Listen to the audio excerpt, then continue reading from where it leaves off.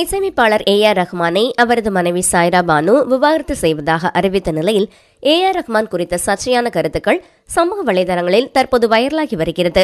இதற்கு கடும் கண்டனம் அவரது மகன் தெரிவித்தார். AR ரஹ்மானும் மோகினி டேவும் ஒன்றாக விவாகரத்து அறிவித்ததால் இருவருக்கும் தொடர்பு இருப்பதாக வதந்திகள் இணையதளத்தில் பரவியது. தன்னை பற்றி சமூக வலைதளங்களில் பரவி வரும் அவதூறு கருத்துக்களை உடனடியாக நீக்க வேண்டும் என்று அவரது வக்கீல் மூலமாக நோட்டீஸ் அனுப்பியுள்ளார் AR. அவரது வக்கீல் நர்மதா வெளியிட்டுள்ள நோட்டீஸில் AR ரஹ்மானின் தனிப்பட்ட வாழ்க்கை குறித்து சமூக வலைதளங்களில் யூடியூப்களில் தவறான கருத்துக்கள் நிலவி வருகிறது. இவை AR ரஹ்மானின் நற்பெயருக்கு களங்கத்தையும் அவரது குடும்பத்தையும் புண்படுத்துகிறது.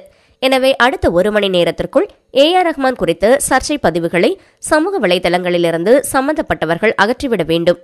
மீறினால் சம்பந்தப்பட்டவர்கள் மீது கிரிமினல் நடவடிக்கை எடுக்கப்படும். அவரை பற்றி தவறான கருத்துக்கள் எழுதும் ஒவ்வொருவர் மீதும் வழக்கு பதிவு செய்யப்பட்டு நடவடிக்கை எடுக்கப்படும் என்று கூறியுள்ளார்.